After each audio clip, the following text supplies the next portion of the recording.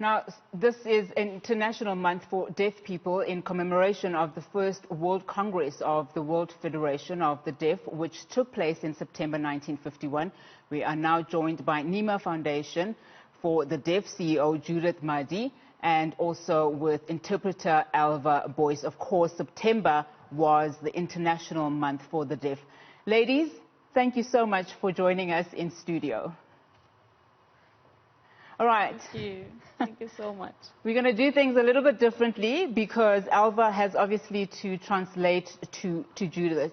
So, Judith, perhaps the first question that I can ask you is, yesterday you observed the silent walk, and it was in commemoration, obviously, of September month. How did that go? Thank you so much for the question. Yesterday, we had a wonderful silent walk. Everything went well. We've made some achievements.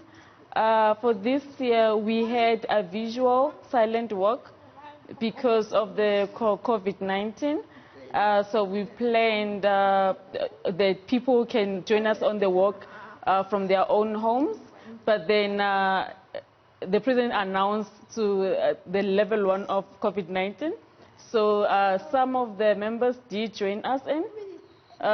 We did have visual. I think we had 1,000 something people who joined us, and also people from borders. They did join us. They've exposed everything from Facebook. It was so wonderful.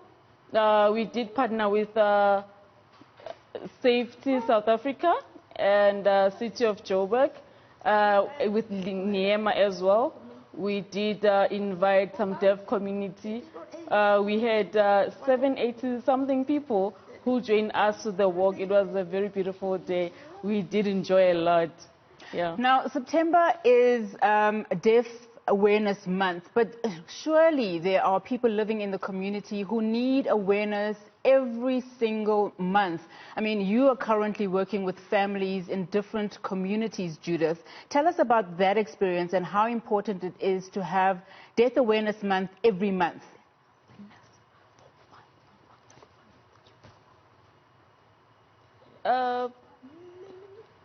It's been many years. The World Deaf Federation have suggested that we have Awareness Month in September, but I felt we cannot only do awareness only once a month, which is a September month. So I suggested maybe, how about we do that every day, so that we make sure that people are aware about us and how the challenges and the lifestyle that the deaf people are experiencing. So as Neema, we have a program that focusing on the strengthening the families with deaf parents, because the deaf parents or the hearing parents with the deaf kids, they have, we have many kids who are deaf, which their parents are hearing, and they feel pressured because they don't know how to take care of their deaf kids. So Neema Foundation has the foundation from the National Development Agency. The funding, it helps us to run the program, focusing on the families. So I'm very proud that Neema is promoting and has different ways on how to help the deaf families or the kids with hearing parents, so that the main aim is to break down the communication barriers between the parents and the children. So, yeah. Now, on a day-to-day, it's very difficult for the deaf community to communicate with people that are able to hear and able to, you know, not of hard of hearing.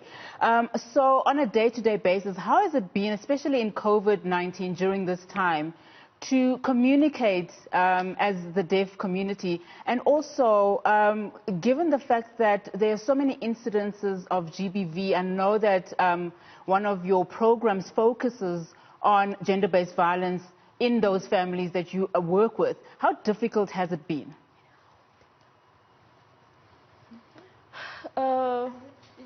I had to add that we do focus on families, and we also include the SGPV, the GPV in the program. So the coronavirus has affected us very badly, I can say, because now we're having communication barriers. If there's anything happens in an emergency, or maybe a deaf person has been arrested, there's no communication, and people are maybe they're trying to call the toll-free line, and which is not accessible to them. So we have partnered with Safety South Africa. So very soon we will be accessing deaf schools, educating them more on crime and their rights, on how to access the justice system. So because Justice Department has been failing us a lot, so we're trying to work together with the Justice Department, with Neema, to make sure that we fight on that. So we're also having a webinar coming up.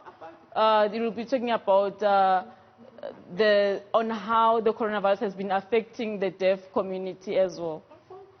So, and also the justice system as well should be an inclusion, because Neema is also focusing on inclusion. So that's what we want, that's our aim. So I'm hoping that this will be a game changer. So yes. It will certainly be a game changer, because I understand that that webinar is going to involve a number of stakeholders, including the Justice Department, and like you said, Safety South Africa. And that webinar, just for the benefit of our viewers, is happening on the 15th of October. If you follow Neema Foundation for the Deaf, you'll get the details there. Final question to you, Judith. Just today, just preparing for this interview, I mean, we took several moments, setting up the studio so that we could also include your interpreter, Alva.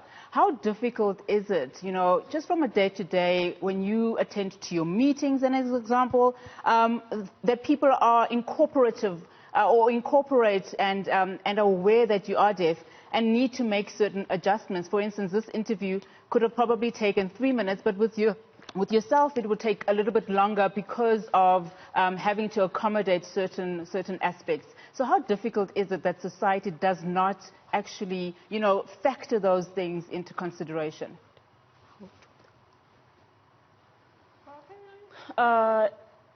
In real life, this situation really affects us. It's a very big challenge. Because when you go into an interview, for example, when you want to participate in the community meetings or anything, we always have barriers. Because people are forgetting that deaf people are using sign language. And many people don't know how to sign. So I don't know, either it's a problem of, it's a matter of attitude or ignorance, I don't know. But then now we have to learn a sign language. So with the South African Sign Language, we have a charter that has been launched in September 4th. So after this charter, we believe that everyone will be forced to at least learn sign language, maybe private companies and the government as well.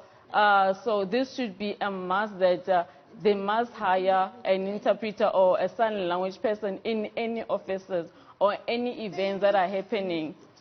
So even I also have challenges, because every time when I go to a meeting or to interviews, I need to find interpreters first before I can confirm any meeting. Like, for example, now in the newsroom, they don't have their own interpreter. So I believe maybe in future they might have their own interpreter, so that it can be much easier for them if they know that they'll be interviewing Judith. They know that they have an interpreter full-time in the studio, so it won't be a challenge for me anymore. So we are trying, anyway, we are trying to promote and to fight that we should also be part of the society as well.